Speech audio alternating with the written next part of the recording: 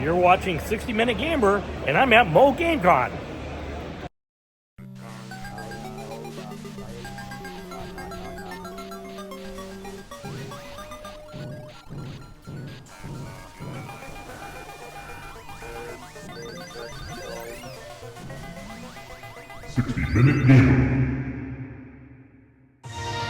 After a long ride, I arrived at my hotel, saw a little bit of the end of the Olympics, opening ceremonies, and then headed over to the theater to watch Deadpool and Wolverine. Yeah, baby, that was a great movie. After a full night rest, I made my way over to the Greensfield Recreation Complex and got in line. I had a VIP ticket, and I purchased that way ahead of time, and I thought to myself, I better get there a little bit earlier. Line came in at 10 a.m. is when they let the VIPs in, so I figured I better get there about 8:30. Normally I go to the Midwest Gaming Classic, and for that one I get there the night before, preview night, and there is a line already at the door for that convention. The second year I went to MGC, I made the mistake of thinking I can go get in line at Doc's Smokehouse, get my food, and then get back to the convention and really not have a huge line. And that was a huge mistake, because by the time I got there, it was probably, you probably had about 100 people in line at that time. And it was totally different here. When I got there, we probably had 4 people in a regular line for 11 o'clock release, and maybe we had about 6 people that were lined up ready for the VIP entrance at that time.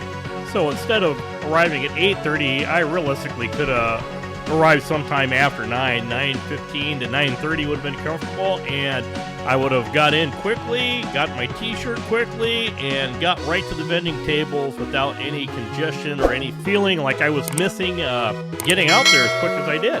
For the past 4 years, I've only done MGC in Milwaukee, and I really wanted to add something else to my rotation to actually get out and do some more conventions. I was just thrilled about going to my first video game convention, and I was just floored by the vendor hall and the amount of stuff that people were offering and the deals that were there.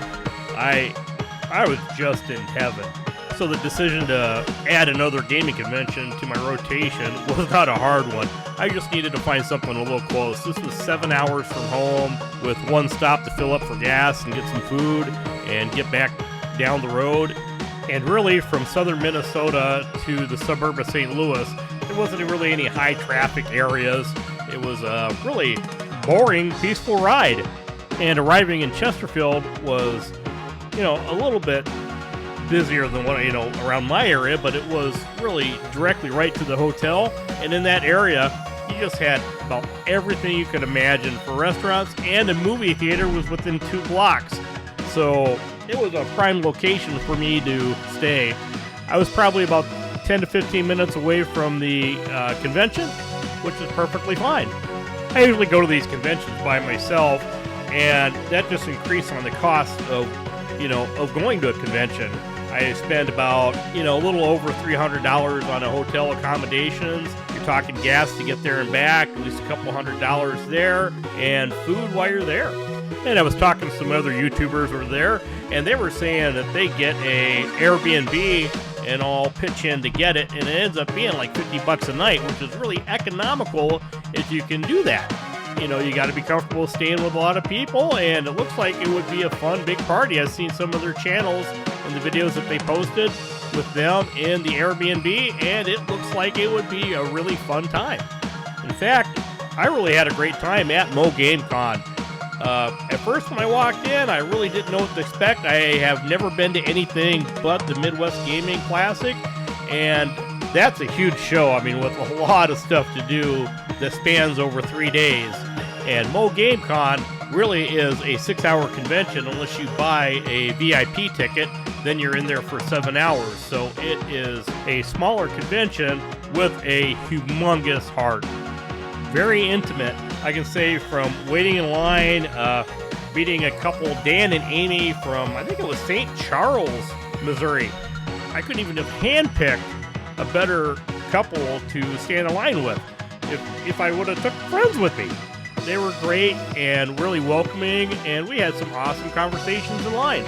And I'm going to guess that total expenditure for me to get there and back home is about $600. So looking for a convention that is within driving distance for me is what I really want to do. I don't want to fly out and be limited to what I can bring back home or what I can purchase at the convention, because you just never know what you're going to see or what you're going to get. And Mo Game Con was just basically one big, large vendor floor where you could purchase games, video game systems, artwork, clothing. They had even tennis shoes.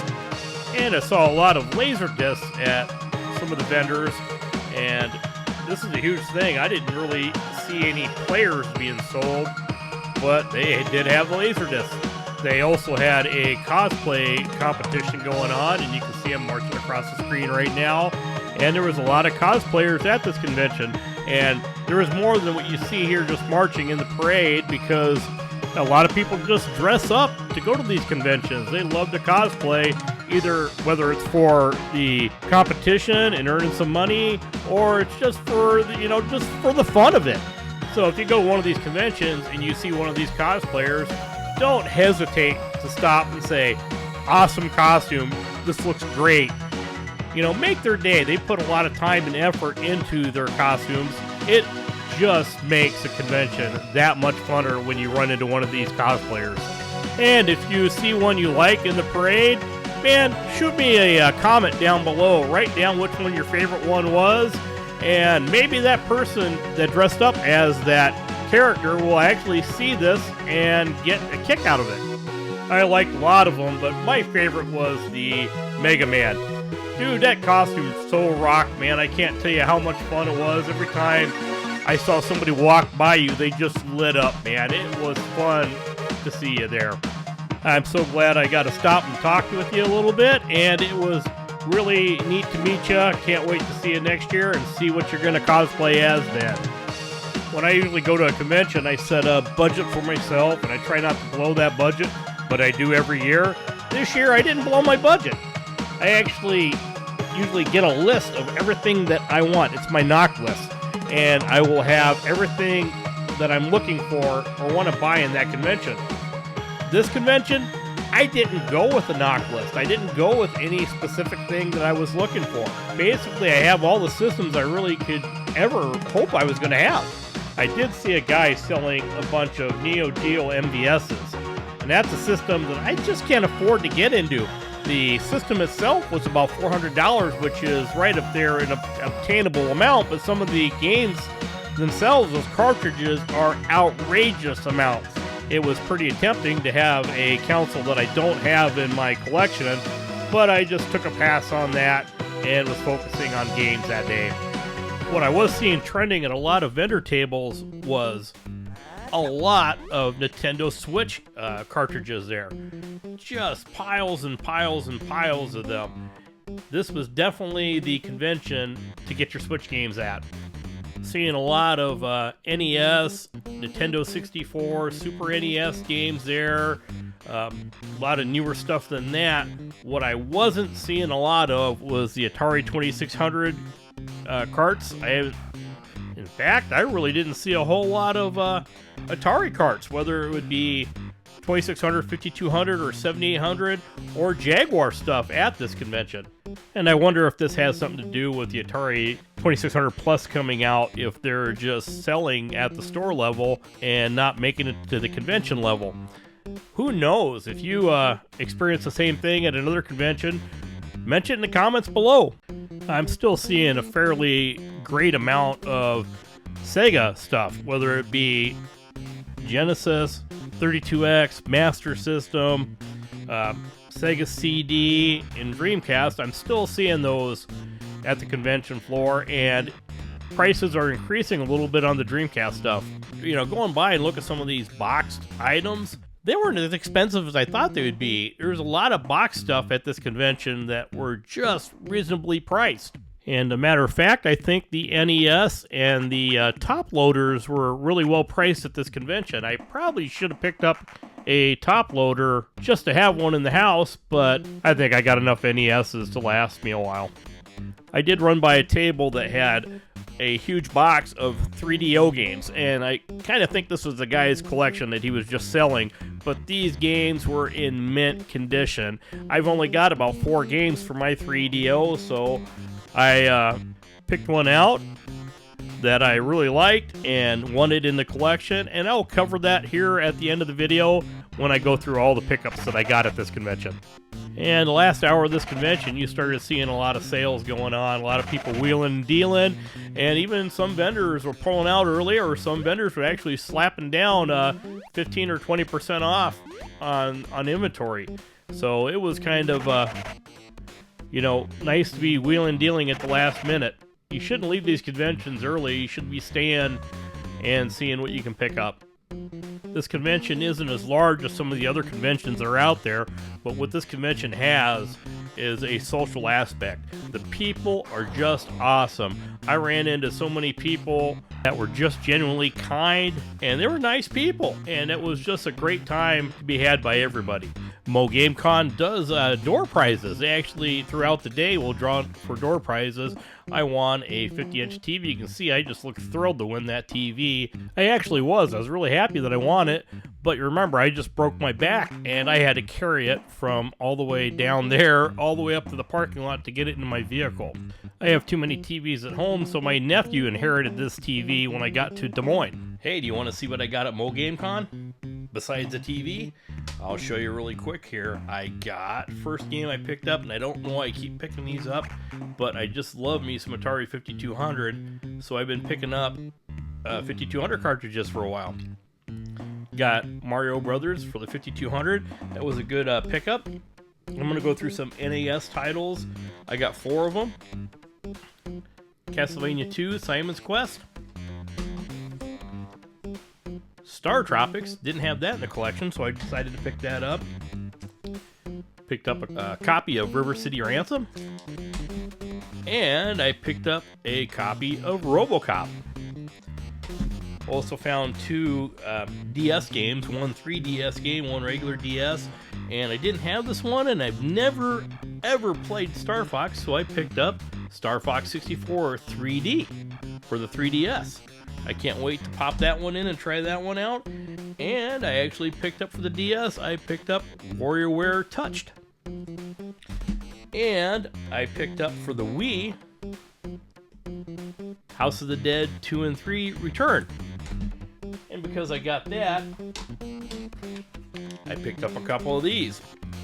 Looking for somebody to co-op with me so we can shoot some zombies.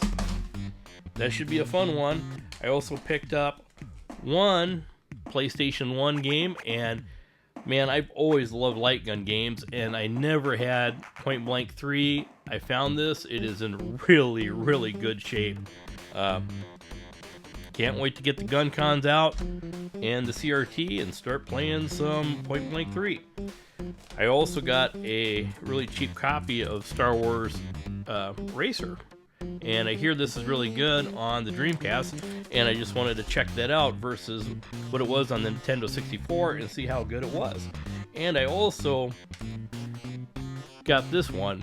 Never played Marvel vs. Capcom ever, and I thought I wanted to pick this up and try it out, and I got a heck of a good deal on this. I've seen this at some vendors for $120. I ended up getting this for $65, and it was a really good deal.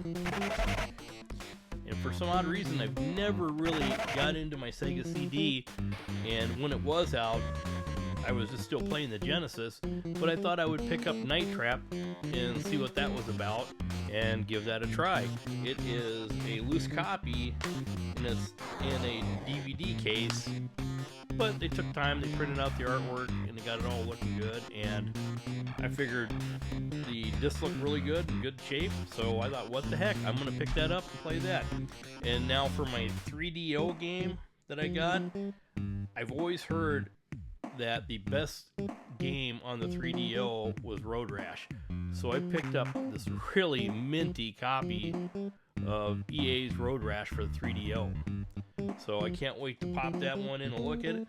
I know the last convention I just picked up Road Rash for the Saturn. So same time frame. Now I got it for the 3DO. I'll have to try that one out. And last but not least, I've been wanting to get some more signage for the game room, and what better thing to get than to get the original marquee for Super Pac-Man. I thought this was a pretty cool pickup, so I picked it up, and now I got to figure out either I'm going to make a light box for it, hang it up and light it up, or I'm just going to hang it up without it.